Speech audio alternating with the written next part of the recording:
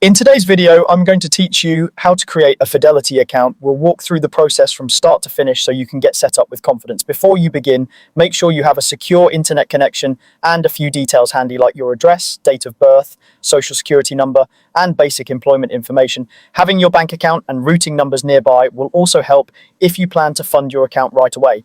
Start by heading to Fidelity's official website or opening the Fidelity mobile app.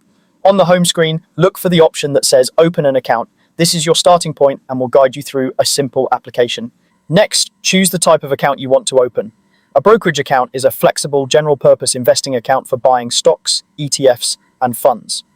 An IRA or individual retirement account is designed for retirement savings and may offer tax advantages. A cash management account is useful for everyday spending and saving with features similar to a checking account. If you're unsure, think about your goal, short to medium term investing, retirement, or managing cash.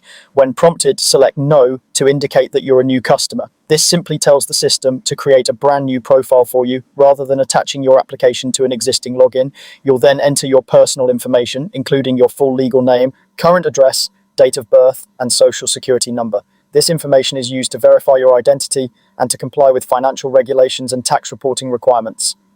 Take a moment to make sure everything is accurate and matches your official documents to avoid delays. After that, provide your employment details, such as your employer's name and address. This is standard for investment accounts and helps fulfill regulatory requirements. If your situation is unique, just choose the option that best reflects your status and fill in what applies to you. Next, create your login credentials by choosing a username and a strong password. Aim for a password that's long, unique, and hard to guess. Consider using a reputable password manager to keep it safe.